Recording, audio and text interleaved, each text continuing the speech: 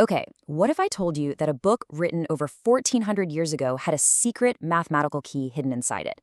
Like a divine watermark, right? Something put there to prove where it came from. I know, it sounds like something straight out of a movie, but this is the actual claim of a new scientific paper that's using some really advanced statistics to analyze the Quran. So, really, this is the big question we're tackling today. Could a book actually contain a hidden mathematical proof of its own origin? I mean, think about that for a second. It's this wild meeting point of faith, math, and modern data science. It's a huge, almost unbelievable claim for sure.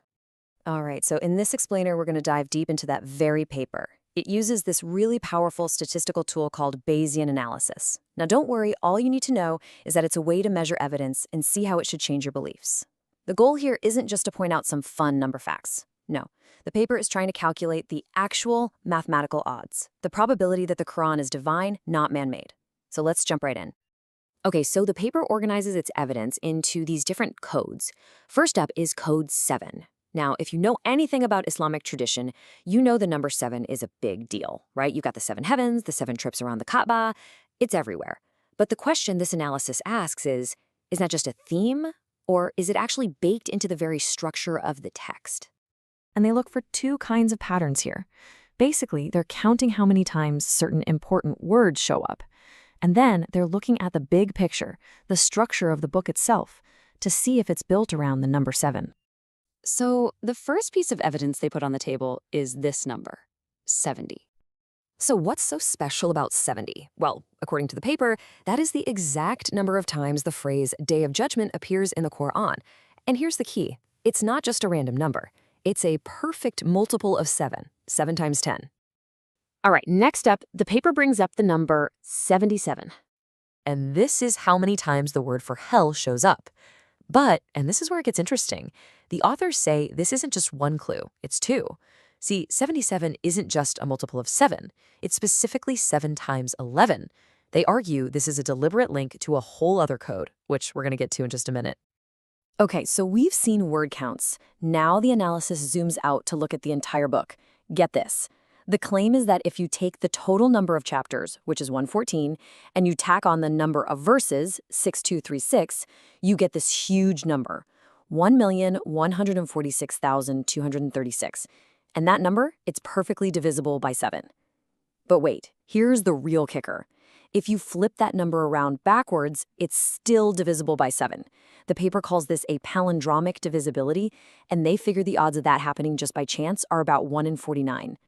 So that gives you a taste of code 7. Now, the paper moves on to a totally separate set of patterns. This time, everything revolves around the number 11 and how it connects specifically to the Prophet Muhammad himself. And the argument here is pretty layered. They pull together evidence from 3 different places. Key facts from the Prophet's biography, the structure of the one chapter that's actually named after him, and even the numerical value of his name. So first, let's look at his life story. The paper points out what it calls 2 numerical bookmarks that just happen to be the number 11. He passed away in the year 11 of the Islamic calendar, and over his lifetime, he had 11 wives, a number the paper points out is pretty unusual and, well, happens to match the code. Now check this out. We're zooming in on the one chapter in the entire Quran named Muhammad. That's chapter 47. Okay, add the digits. 4 plus 7, that equals 11. Now, that chapter has 38 verses. Add those digits. 3 plus 8, that also equals 11. The paper calls this a dual signature, like a double confirmation, right there on the chapter with his name on it. So, okay, we've seen these claims about code 7 and code 11. They're interesting, right? But how do you go from interesting patterns to a mathematical proof? Well, this is where the paper brings out the big guns, the statistics. The main tool they use is something called a Bayes factor. All you really need to know is it's like a score for how strong a piece of evidence is. So a Bayes factor of, say, 100 means the evidence makes your theory 100 times more likely to be true. It's simple. The bigger the number, the stronger the evidence. Now, the analysis doesn't just look at codes 7 and 11. It also pulls in research on another really well-known system called code 19. And when they calculate the Bayes factor, that evidence score, for each of these codes, the numbers just get huge. For code 7, the evidence is rated at about 10,000 to 1. For code 11, it's 100,000 to 1. But for code 19, Brace yourself. It's 10 to the power of 21. That's a 1 with 21 zeros after it. Just an insane number. So what do you do with all that? Well, here's the crucial step. The paper argues that these three codes, 7, 11, and 19, are all statistically independent. That means you can multiply their strength together. So you take the absolutely massive number from code 19, and you multiply it by the strength of code 7, and then multiply that by the strength of code 11. And the final number they get from all of that multiplication is 10 to the power of 30. That is a 1 followed by 30 zeros. I mean, how do you even wrap your head around a number that big? The paper gives this great analogy. Imagine you flip a regular coin, and it comes up heads. You flip it again, heads again. You flip it 100 times, and it comes up heads every single time. At some point, you're not going to think you're lucky, right? You're going to think that coin is rigged. Well, the paper is basically saying the same thing is true for this text. So what does a number like 10 to the 30 even mean in the real world? This brings us to the paper's final and, honestly, most startling conclusion. The argument, essentially, is that evidence this powerful just overwhelms skepticism. This table from the paper shows it really clearly. Let's say you start out as a huge skeptic. You think the chances of divine origin are literally 1 in a million. The paper argues that the sheer mathematical weight of this evidence is so strong it would force your belief up to 99.99% certainty. But wait a minute, right?